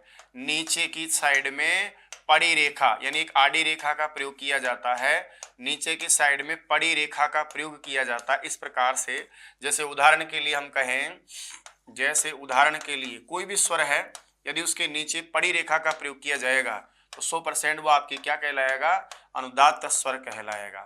उदाहरण के लिए जैसे वेदों में प्रयोग मिलता है, एक शब्द आता है आपका अर्वांग, ऐसा। अब आप सब संस्कृत व्याकरण आदि के विद्यार्थी हैं तो ये आपको वैदिक उदाहरण ही पूछने का प्रयास करेगा। तो जब किसी स्वर के नीचे आड़ी रेखा का प्रयोग कर दिया जाए, नीचे आड़ी रेखा का प्रयोग ऐसे कर दिया जाए, तो ये देखिए अ के नीचे आप आड़ी रेखा देख रहे हैं ना, तो अ के नीचे आड़ी रेखा का मतलब है कि ये जो स्वर है आपका ये अनुदात्त स्वर कहलाएगा। वैसे अब आपको याद ना रहे तो अनुदात्त में नीचे की तरफ अनु में ऊ की मात्रा लगती है, तो इससे भी आप याद कर सकते हैं। इसी प्रकार अन्य उदाहरणों में जैसे सिंपली मैं लिखूं कि साहब ये मैंने लिखा ए, ई, ऊ आदि। अब ये तो क्या है, ये सारे के सारे उदात्त हैं, लेकिन जैसे इनके नीचे आड़ी रेखा का प्रयोग करूंगा, पड़ी रेखा प्रयोग करूंगा, तो ये सारे के सारे आपके कौन से स्वर कहलाएंगे, फिर अनुदात्त कहलाएंगे। तो उच्चई उदात्त होता है, नीचे अनुदात्त होता है। इन दोनों स्वरों के अलावा तीसरा जो हमारे पास स्वर है जिसका नाम क्या है, स्वरित स्वर है। कहते हैं साहब स्वरित स्वर किसे कहते हैं, तो स्वरित स्वर के लिए भी भगवान पाणिनि ने परिभाषा में लिखा है कि समाहारः स्वरितः, समाहारः स्वरितः, कि जो समाहार होता है, समाहार रूप में जो स्वर होता है उस स्वर का नाम ही बताइए क्या होता है, स्वरित स्वर होता है। कहा साहब ये समाहार का मतलब, समाहार का मतलब होता है समूह है। बोला किसका समूह है, तो स्वरों में आपने बाह्य प्रयत्नों में पहले दो ही पढ़े हैं, उदात्त और अनुदात्त, इसलिए दोनों का ही समूह हो सकता है। इसलिए आगे जब हम इसको उधेड़ते हैं तो साहब समाहार का मतलब होता है दो ही शब्द आपके इसमें, एक शब्द का नाम समाहार और दूसरे का नाम क्या है, स्वरित। तो समाहार का मतलब बोला किन किन का दो समाहार होगा, दो वर्णों का समूह या दो से अधिक वर्णों के समूह का नाम ही समाहार होता है। तो सूत्र का पदच्छेद करोगे तो भी आपका वैसा का वैसा ही समाहार स्वरित ऐसा अर्थ निकलेगा। तो कहते हैं कि जिस स्वर के उच्चारण में पूर्व का आधा भाग कोई भी स्वर है, यदि किसी स्वर के उच्चारण में, किसी स्वर के उच्चारण में, किसी स्वर के उच्चारण में, किसी स्वर के उच्चारण में पूर्व आधा भाग उदात्त, पूर्व आधा भाग यानी अर्ध भाग जो है वो तो क्या कहलाएगा साहब, उदात्त हो, और बाद का जो आधा भाग है वो अनुदात्त हो। बाद का आधा भाग, बाद का आधा भाग वो क्या हो, अनुदात्त हो। यानी जिसमें उदात्त और अनुदात्त इन दोनों का ही समाहार होता है उसी का नाम बताइए साहब क्या होता है, स्वरित स्वर कहलाता है। तो कहते हैं कि मान लीजिए कोई भी स्वर है, जब उस स्वर का उच्चारण पहले के आधे भाग को उदात्त के समान यानी तालु आदि स्थानों के ऊपरी भाग से और बाद के आधे भाग को तालु आदि स्थानों के अधोभाग से किया जाए, यानी एक ही स्वर का उच्चारण पहले उदात्त और फिर बाद में अनुदात्त किया जाए, पहले ऊंचे से लेकर बाद में उस स्वर के उच्चारण में गति को हम नीचे कर दे। जैसे ओम का उच्चारण करते तो ओ, तो धीरे से वापस नीचे से हो जाता है। तो सामान्य हम ये भी समझ सकते हैं कि जिसका पहला आधा भाग उदात्त हो और जिस स्वर का बाद का भाग अनुदात्त होता है, तो उदात्त और अनुदात्त दोनों से ही संहारित किया हुआ, दोनों के ही मिश्रण से, दोनों के ही योग से, दोनों के ही संयोजन से जिस स्वर का उच्चारण होता हो, जिसमें उदात्त और अनुदात्त दोनों का ही भाग होता हो, लेकिन याद रखना पहले का आधा भाग उदात्त कहा जाएगा, बाद का आधा भाग अनुदात्त कहा जाएगा। इस प्रकार के स्वर का नाम आपका स्वरित स्वर हो जाएगा। कहा साहब इसकी पहचान कैसे करें, पहचान का पता कैसे चलेगा, तो सर वहां पहचान के लिए आपने कोई चिन्ह नहीं लगाया, यहाँ नीचे पड़ी रेखा या आड़ी रेखा का प्रयोग किया। और इसकी पहचान के लिए विशेष रूप से याद रखना, जब हम स्वरित स्वर का पहचान करने के लिए कोई लक्षण या चिन्ह चाहते हैं तो कहते हैं कि साहब इसके ऊपर, कहां पर, इसके ऊपर खड़ी रेखा का प्रयोग किया जाता है। खड़ी रेखा को कई बार तिर्यक रेखा के इस नाम से भी आप संबोधित कर सकते हैं। तो यदि किसी स्वर के ऊपर खड़ी रेखा या तिर्यक रेखा का प्रयोग किया जाएगा तो उस स्वर का नाम ही बताइए क्या हो जाएगा, स्वरित स्वर हो जाएगा। जैसे हम किसी वैदिक उदाहरण में देखें, क्व वो अस्वाहा, इस प्रकार के किसी वैदिक मंत्र में इस प्रकार के शब्दों का प्रयोग किया गया है, और वहां कहें कि साहब कुआ में क्या है, अ है, यदि नीचे आड़ी रेखा लगा दूं तो वो अनुदात्त हो जाएगा, यदि कोई चिन्ह ही ना लगाऊं तो फिर वो अ आपका उदात्त हो जाएगा। और ऊपर खड़ी रेखा का इस प्रकार से यदि प्रयोग किया हुआ मिले तो इसका मतलब वो स्वरित स्वर है। वो अस्वा में जो आ पड़ा गया है उस आ के ऊपर भी यदि मैं खड़ी रेखा का ऐसे प्रयोग कर दूं तो इसका मतलब फिर ये आपका क्या कहा जाएगा, स्वरित स्वर कहा जाएगा। तो जिन स्वरों के ऊपर खड़ी रेखा का प्रयोग किया जाता हो वे स्वर आपके सभी स्वरित स्वर कहलाते हैं। इसी प्रकार से जैसे सामान्य हम स्वरों की बात करें तो जैसे आपके पास में एक स्वर है जैसे अ, यदि इस पर कोई चिन्ह नहीं है तो उदात्त है, नीचे लगाओगे अनुदात्त हो जाएगा, ऊपर खड़ी रेखा लगाओगे तो स्वरित हो जाएगा। तो अ, ई, उ, री, री आदि जितने भी आपके स्वर हैं, कोई भी स्वर ऐसा हो जिसके ऊपर खड़ी रेखा का प्रयोग कर दिया जाए तो समझ लीजिएगा कि वो स्वर आपका क्या हो जाता है, स्वरित स्वर हो जाता है। इस प्रकार से स्वरों के 3 बाह्य प्रयत्न पढ़े गए हैं। तीनों ही बाह्य प्रयत्नों में आपने उदात्त तालु आदि स्थानों के ऊपरी भाग से निष्पन्न अच को कहा, यहाँ तालु आदि स्थानों के अधोभाग से यानी नीचे के भाग से निष्पन्न अच को कहा, और स्वरित में जिसमें उदात्त और अनुदात्त दोनों का मिश्रण हो, पहले ऊंचे से लेकर उसी स्वर का उच्चारण बाद में जब खत्म यानी एक ही स्वर का आ ऐसे किया जाए तब वो आपका स्वर माना जाएगा। पहचान के लिए इसका चिन्ह नहीं है, इसके नीचे आड़ी रेखा है, पड़ी रेखा है, इसके ऊपर तिर्यक या खड़ी रेखा का प्रयोग किया जाता है। अब सामान्य कई बार परीक्षा में दे देता है कोई स्वर लिखकर कि बताइए कौन सा स्वर है, तो चिन्ह के माध्यम से आपको पहचानना है। इन तीनों ही स्वरों का प्रयोग लौकिक व्यवहार में नहीं किया जाता, इसलिए इन तीनों ही स्वरों को हम सामान्य शब्दों में वैदिक स्वर भी कहते हैं। और ये बात मैं थोड़ा सा पहले भी आपको बता दिया हूं और आगे फिर मैं चर्चा करूंगा। जब स्वरों के सवर्ण संज्ञा के बाद में मैं सारे के सारे स्वरों का विभाजन करूंगा, तब मैं आपको इसी प्रकार पढ़ाने वाला हूं कि ह्रस्व दीर्घ प्लुत एक स्वर के 3 भेद ए आ। उसके बाद में वो ह्रस्व वाला भी उदात्त अनुदात्त स्वरित हो सकता है, यानी ए को ऊंचे से पढ़ोगे, कभी नीचे से पढ़ोगे, कभी ऊंचा नीचा करके स्वरित करोगे तो एक ए के 3, आ के 3 और आ के भी 3, यानी 3 के 3 या 9 भेद। फिर वो जो आपका उदात्त वाला अ है उसको नाक के साथ पढ़ोगे तो अनुनासिक होगा, समझ में आ रही है, और बिना नाक वाला पढ़ोगे तो ऐसे। उसी प्रकार से वो आपका अनुदात्त वाला भी अनुनासिक अनुनासिक, स्वरित वाला भी अनुनासिक अनुनासिक, यानी इन तीनों के फिर 2 भेद, तो 9 के 2 भेद होते 18 भेद एक एक स्वर के आप पढ़ेंगे।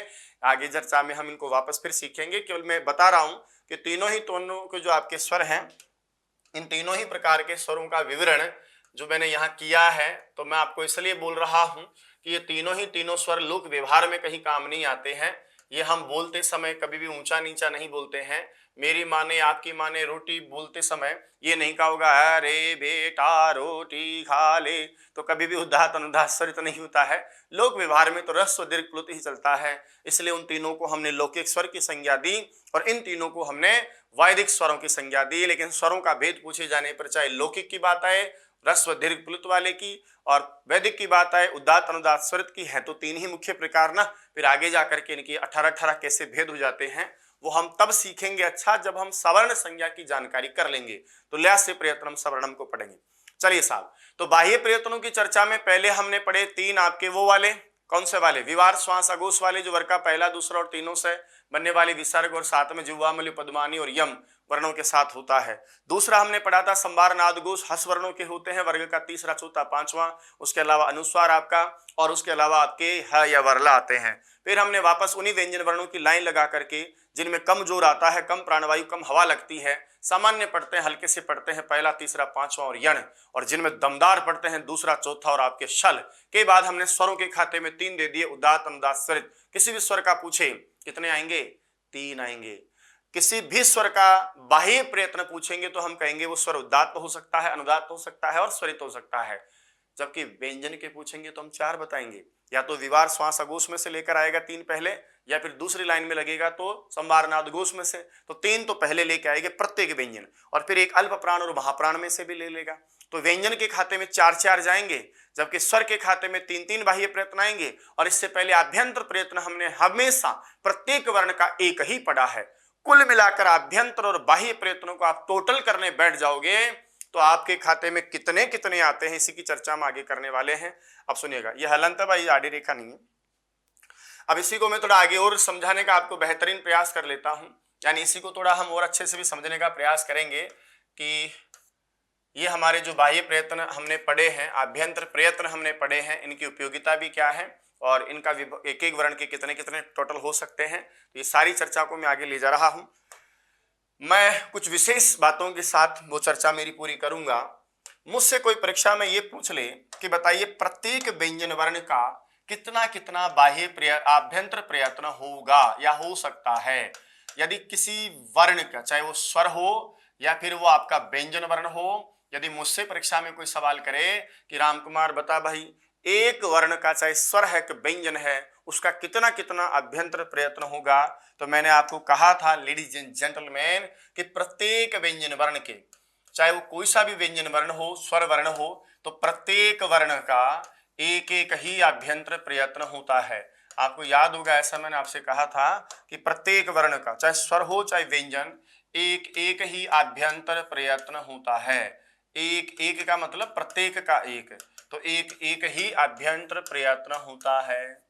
लेकिन हमने जब बाह्य प्रयत्नों की चर्चा की तब मामला थोड़ा अलग था, वहां पर भेदभाव था। आभ्यंतर प्रयत्नों में तो किसी भी प्रकार का भेदभाव नहीं था, प्रत्येक वर्ण का एक एक ही आभ्यंतर प्रयत्न हमने सीखा है, पढ़ा है, चाहे वो आपका स्वर हो चाहे आपका व्यंजन हो। दोनों ही स्थितियों में चाहे स्वर वर्ण हो तो भी एक ही आभ्यंतर प्रयत्न आपने कौन सा पढ़ा था, याद है आपको? विवृत पढ़ा था। और व्यंजन था स्पर्श वाला था तो स्पृष्ट पढ़ा, अंतस्थ था यण था तो ईषद स्पृष्ट पढ़ा, सल में आने वाले स है तो ईषद विवृत पढ़ा, और रस्व ए हो तो विवृत पढ़ा, रस्व ए का प्रक्रिया दशा में विवृत पढ़ा, रस्व ए प्रयोग दशा में तब केवल समृत पढ़ा। लेकिन फिर भी गया तो एक ही कंडीशन के हिसाब से, या तो समृत में ही आया है या विवृत में ही आया। लेकिन जब हमने चर्चा करी बाह्य प्रयत्नों की तब हमने थोड़ा सा मामला अलग पढ़ा। हमने वापस चर्चा की कि प्रत्येक स्वर वर्ण का, है ना, प्रत्येक स्वर वर्ण का, यदि वो स्वर वर्ण है तो स्वर वर्ण का तीन तीन बाह्य प्रयत्न होते हैं। प्रत्येक स्वर के तीन तीन बाह्य प्रयत्न होते हैं। और प्रत्येक व्यंजन वर्ण का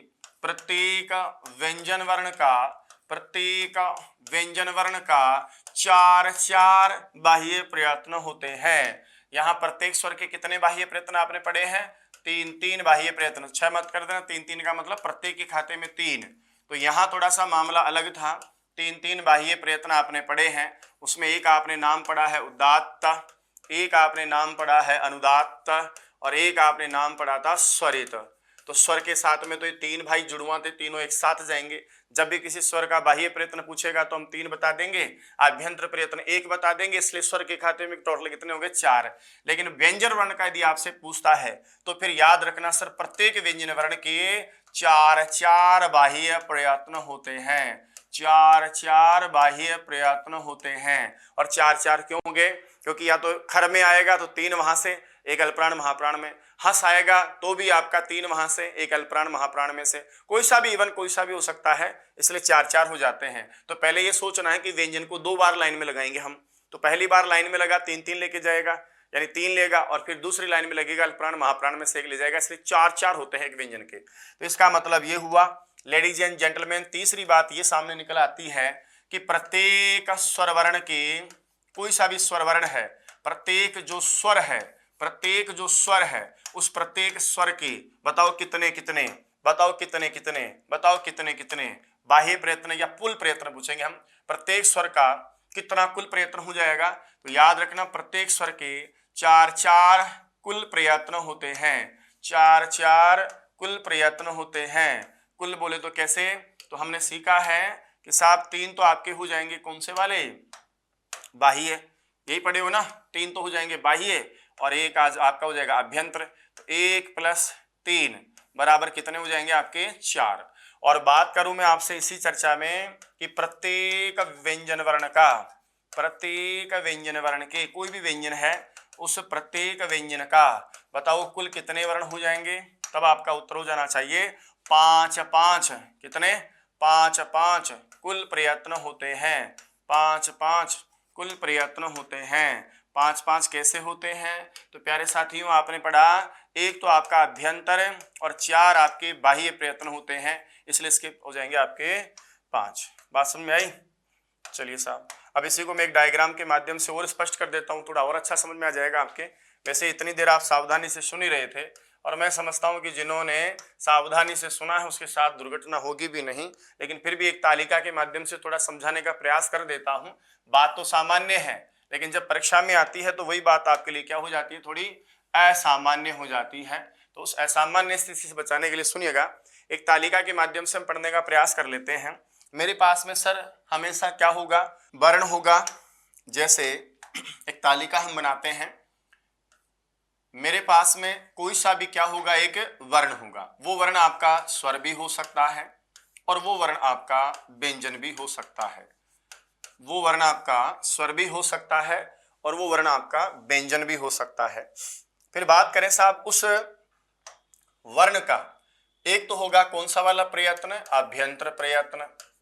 एक प्रयत्न तो कौन सा होगा आपका, अभ्यंतर वाला, और दूसरा प्रयत्न कौन सा होगा आपका, बाह्य वाला। और दोनों को जोड़ देंगे तो फिर आपकी क्या निकल के आ जाएगी, कुल प्रयत्न संख्या निकल के आ जाएगी।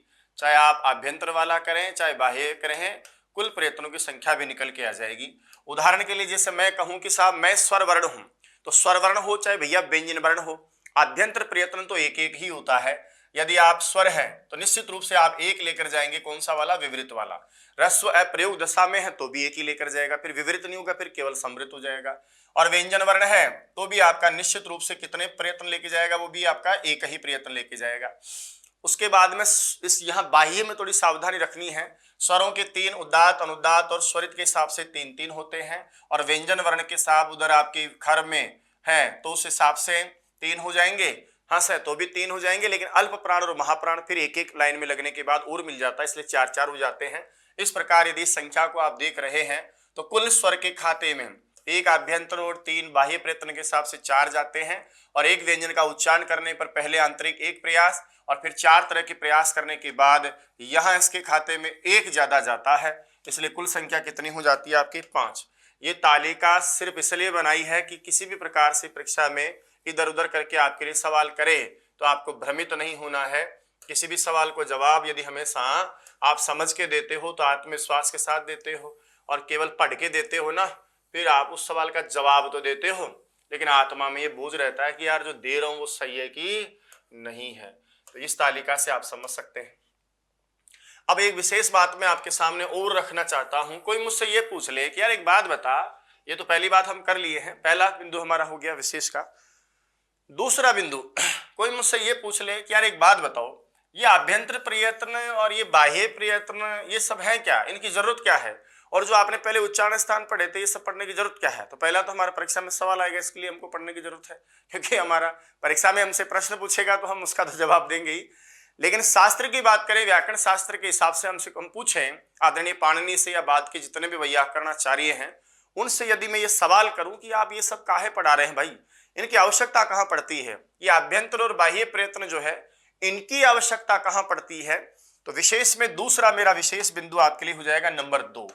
ध्यान रखिएगा साहब, आभ्यंतर प्रयत्नों का प्रयोग, आभ्यंतर प्रयत्न जो होते हैं आपके, उनका प्रयोग सवर्ण संज्ञा के लिए होता है।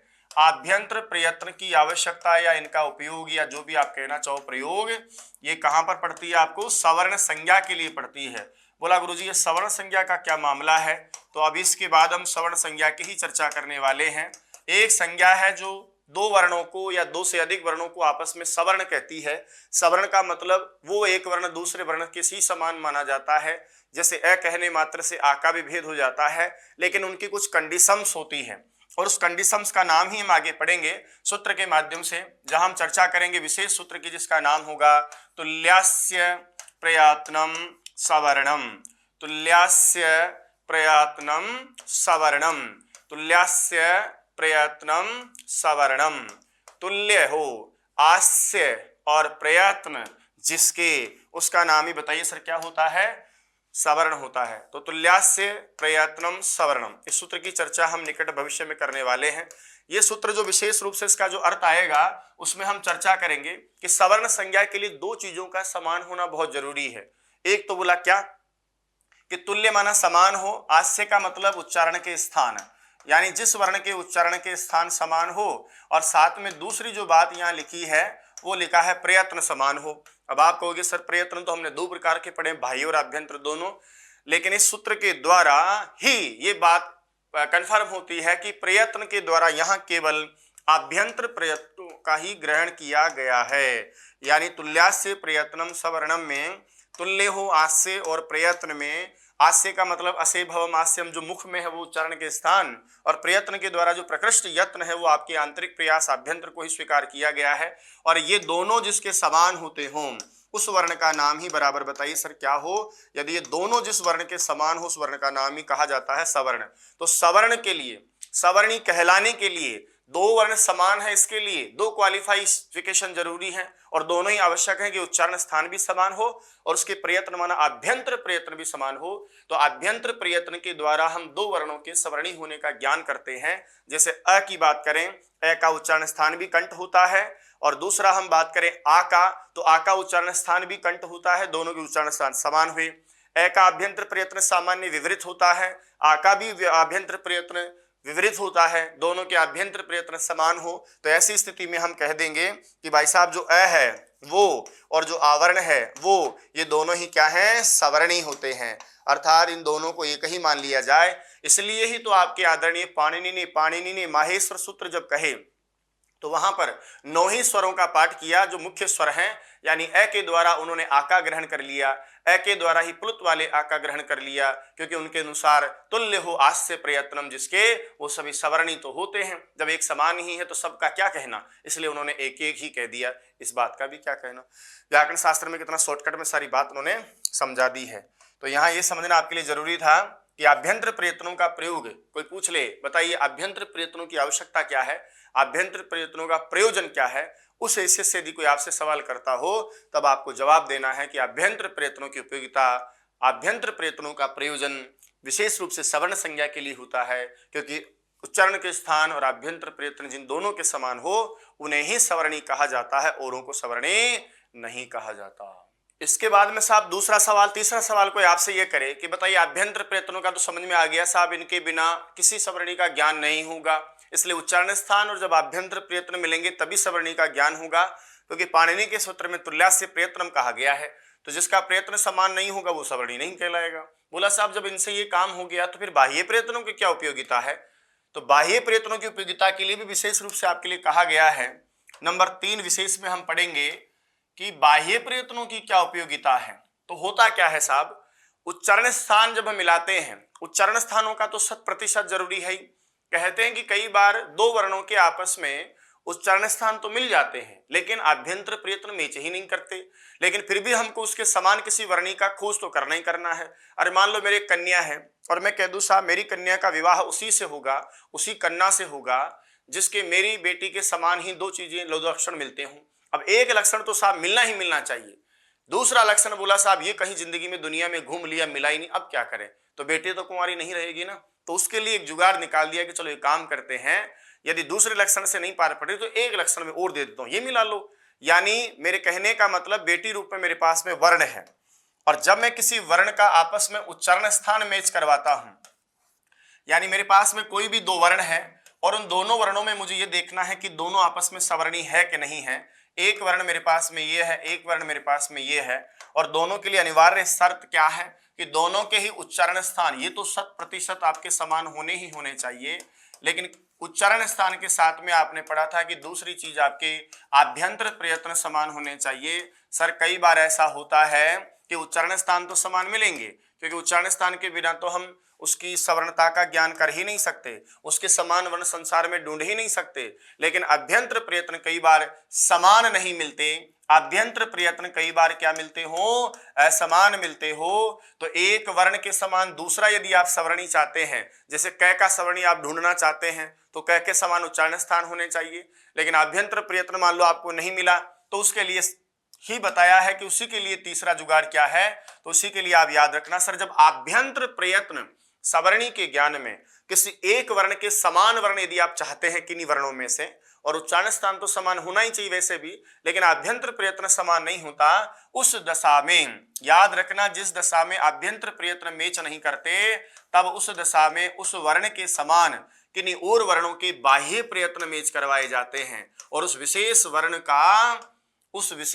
का जिस वर्ण के समान बाह्य प्रयत्न मैच हो जाते हैं उसे ही सवर्णी कह दिया जाता है, तो फिर वहां बाह्य प्रयत्न का प्रयोग किया जाता है। इसका मतलब क्या हुआ, जब किसी वर्ण का सवर्णी ढूंढा जाता हो और सवर्णी के लिए आभ्यंतर प्रयत्न जब मैच ना करे तो हम उसके सवर्णी कैसे ढूंढें, तो कहा कि चलो आभ्यंतर प्रयत्न को हटा दीजिए, अब आप बाह्य प्रयत्नों का प्रयोग कर लीजिए, बाह्य प्रयत्नों को समान मिला लीजिए।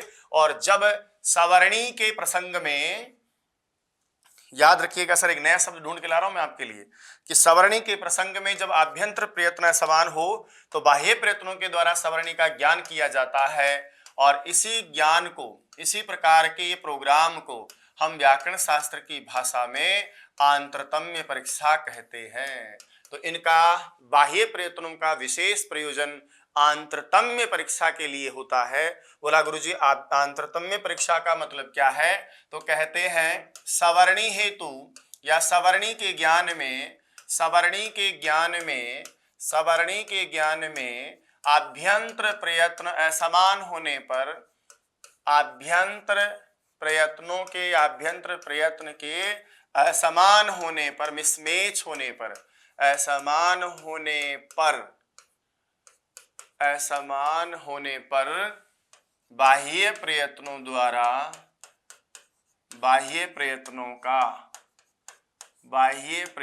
का प्रयोग करना आंतरतम्य परीक्षा कहलाती है। आंतरतम्य परीक्षा कहलाती है। बात समझ आई क्या? अरे जब हम सवर्णी का ज्ञान करना चाहते हैं किसी वर्ण का और वहां अभ्यंतर प्रयत्न मैच नहीं कर रहे तो उसके समान सवर्णी नहीं कहें क्या? और हमको चाहिए उसके समान, लड़की के लिए तो दूल्हा चाहिए, तो कहा कि दूसरी वाली कंडीशन को हटाकर हम तीसरे वाला शस्त्र प्रयोग कर देते हैं, यानी उसके बाह्य प्रयत्न मिला लेते हैं। उदाहरण के लिए आ जाइए, मैं एक उदाहरण से आपको समझाने का प्रयास करता हूं, शायद आप अच्छा समझें। वैसे इसको हम डिटेल में आगे लेंगे, लेकिन अभी थोड़ा हम चर्चा चली है तो इसको उधेड़ लेते हैं। हम एक संधि पढ़ेंगे सर, जहां हम पढ़ेंगे वाक प्लस हरि ही, और आप सब जानते हैं कि संधि का नाम पूर्व सवर्ण संधि है। संधि का प्रसंग कौन सी संधि का होता है? यहाँ पर पूर्व सवर्ण संधि का प्रसंग होता है। झयो हो अन्य तरस्याम सूत्र आपका यहाँ लगता है पूर्व सवर्ण संधि के प्रसंग में। अब संधि के अनुसार हम यहाँ क्या पढ़ते हैं?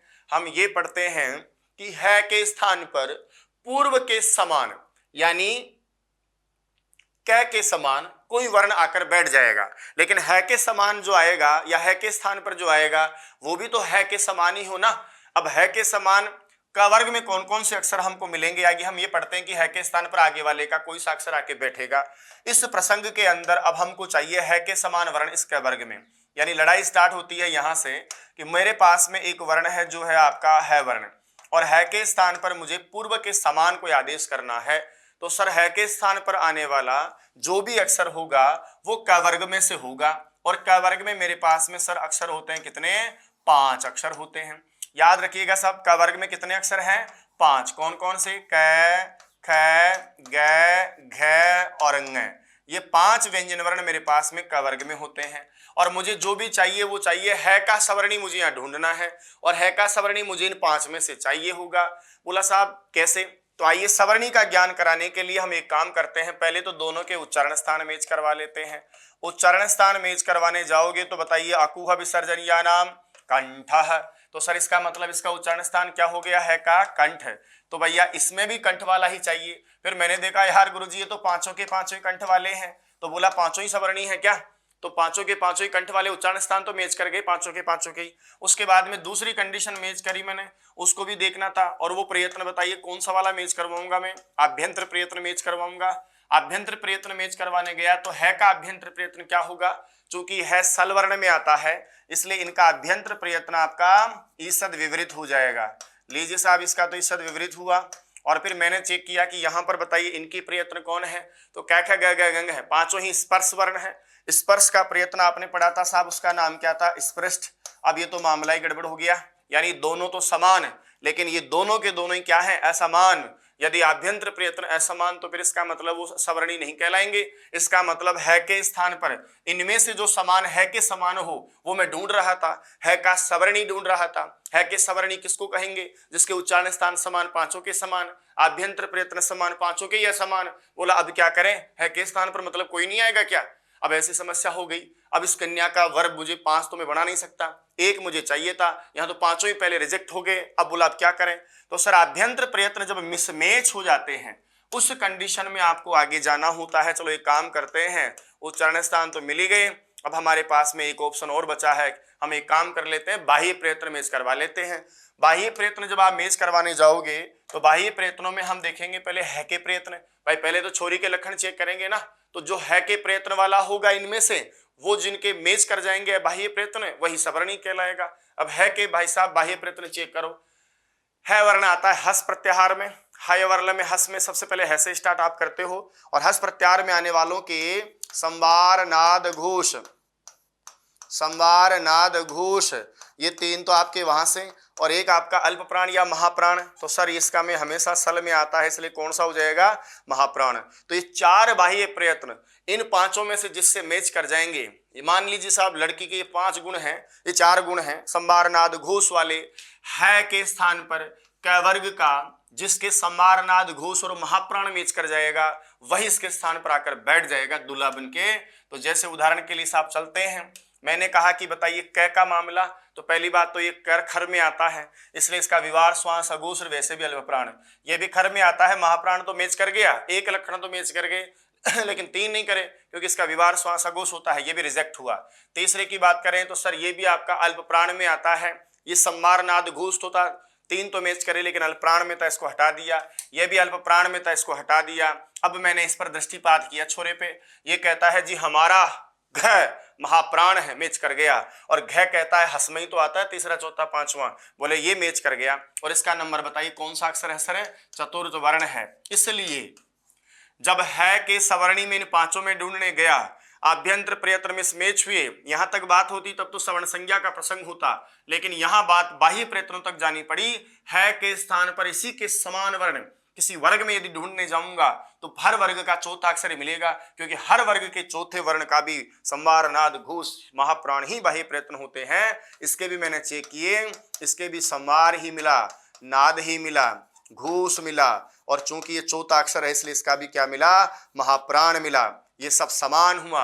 बाह्य प्रयत्न के द्वारा मैंने है का सवर्णी ढूंढ निकाला, लेकिन अब बात सवर्ण संज्ञा की नहीं सर, बात होगी आंतरतम्य परीक्षा की। तो बाह्य प्रयत्नों के द्वारा सवर्णी का पता चला, तो आभ्यंतर प्रयत्न तक बात खत्म हो जाए तो और बात थी, बात बाह्य प्रयत्न तक पहुंच जाती हो तो ऐसी परीक्षा का नाम आंतरतम्य परीक्षा होती है। और इसी को आगे जाकर हम और डिटेल में सीखेंगे जब पूर्ण स्वर्ण संधि पढ़ेंगे। तो इसलिए जब है से पहले का वर्ग होता है तो कै का चौथा घ आता है, जब च वर्ग होता है तो झ आता है। इसी प्रकार है के सवर्णी में है के स्थान पर चौथे वर्ण में ढ आ जाता है, पांचवें में भ आ जाता है, क्योंकि वो वर्ग का चौथा अक्षर ही महाप्राण और संवार नाद घोष वाला होता है।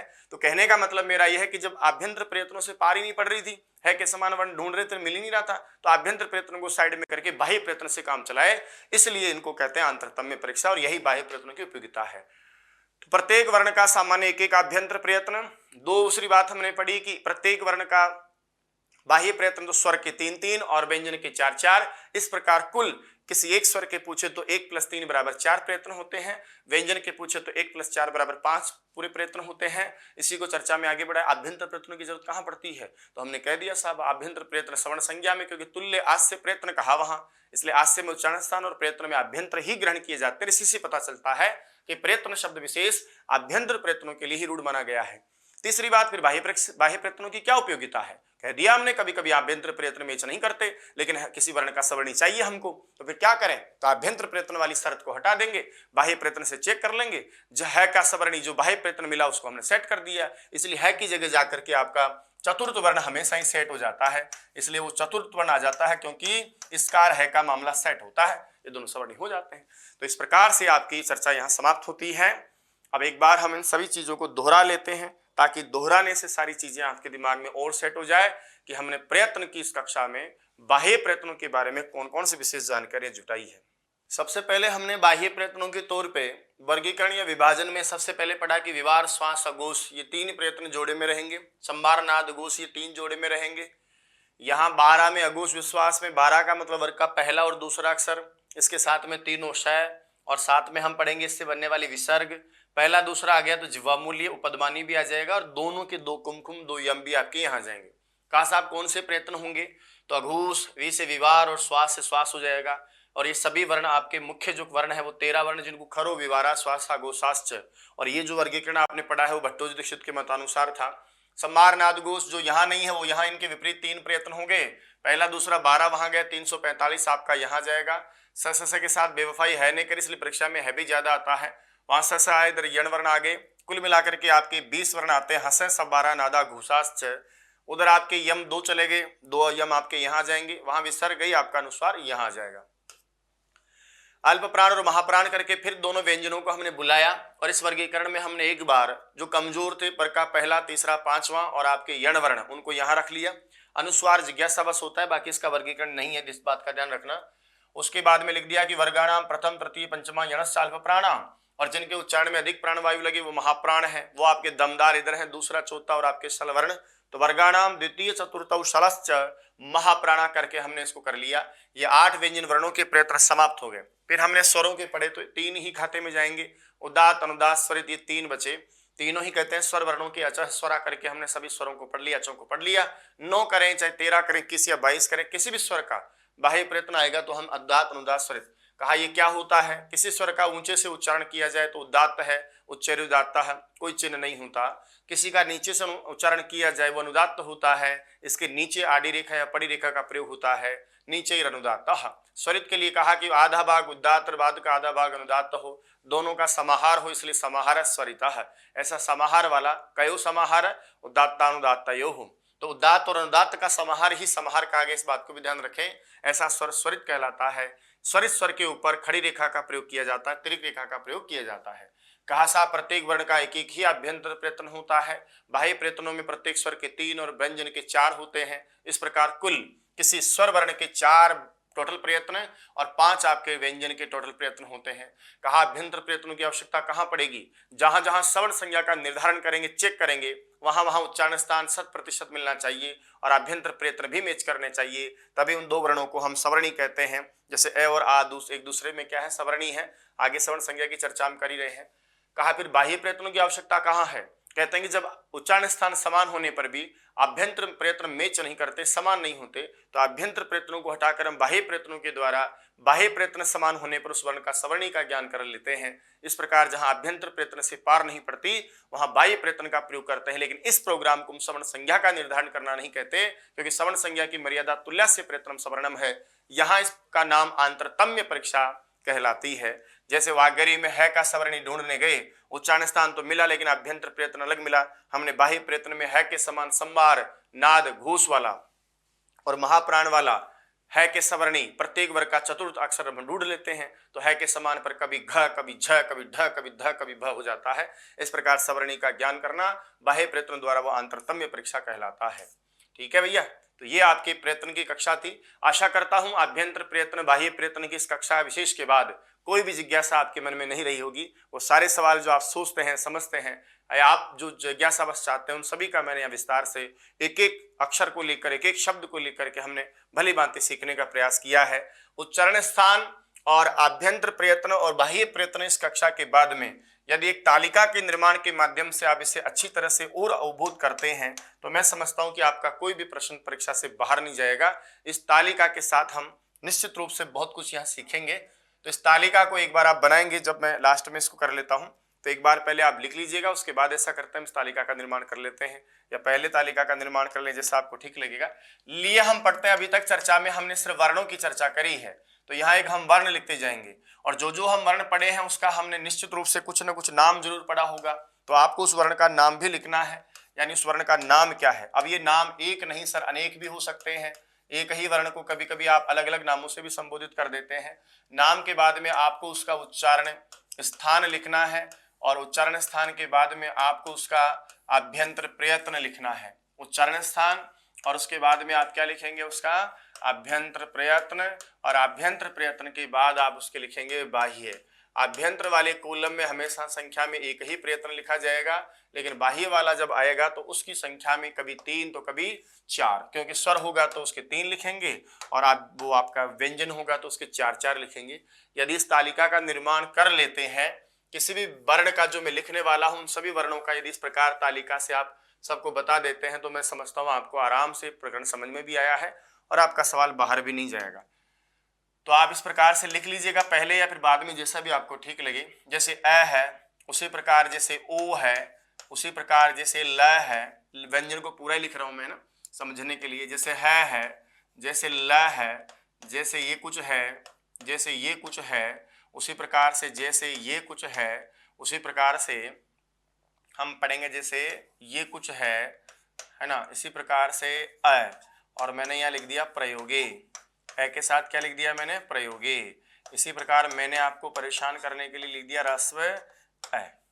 ठीक है, इस प्रकार से इस तालिका का निर्माण आप करेंगे। अ में जैसे नाम बताएंगे तो आप स्वर भी कह सकते हैं, अच भी कह सकते हैं, ह्रस्व भी कह सकते हैं, मूल स्वर भी कह सकते हैं, कंठ भी कह सकते हैं, उच्चारण स्थान कंठ है, आभ्यंतर प्रयत्न विवृत है, और यहाँ बाह्य प्रयत्नों में आप उदात्त अनुदात स्वरित। तो तालिका का निर्माण करेंगे। हो सकता है किसी का आभ्यंतर प्रयत्न नहीं हो, जबरदस्ती नहीं लिखना है। बाह्य प्रयत्न में किसी का नाम नहीं आए तो जबरदस्ती नहीं लिखना है, क्रॉस लगाकर आप छोड़ देंगे। तो ये अ ओ ल है ल, अच्छा ल 2 बार आ गया, तो इसके लिए आप दूसरा वर्ण यहाँ देख लीजिएगा कोई, जैसे घ का नाम लिख लें आप, घ, या श लिख लें, है लिख लें, जो भी आपको ठीक लगे, श लिख लेते हैं ये लो साहब। इस प्रकार से इन सभी वर्णों को आपको क्या करना है, लिखना है। इसी के आगे समानांतर आपको दूसरे वर्ण आप और जोड़ लेना। अगला और ले लेता हूं मैं, एक पेज और ले लेता हूं इस प्रकार से, अगला पेज उसमें और आप लिख लीजिए। इसी तरह से कुछ वर्ण में लिख देता हूं ताकि आपका अच्छा अभ्यास हो जाएगा। जैसे इसी प्रकार से ये मैंने कुछ लिखा है गुम, इसी प्रकार से जैसे मैंने ये कुछ लिखा है ये वाला, इसी प्रकार से जैसे मैंने लिखा है ये वाला, इसी प्रकार से मैंने लिखा है माँ, इसी प्रकार से मैंने लिखा है य, इसी प्रकार मैंने लिखा है जैसे ढ, उसी प्रकार मैंने लिखा है जैसे त, उसी प्रकार से मैंने लिखा है जैसे सा, उसी प्रकार जैसे मैंने लिखा है ये वाला कुछ, इसी प्रकार से मैंने कुछ लिखा है ये वाला कुछ। ठीक है, तो इन सभी वर्णों का अभ्यास करोगे तो आप तालिका का निर्माण करोगे, आपको लगेगा सारी चीजें आपकी समझ में आ गई हैं। ठीक है,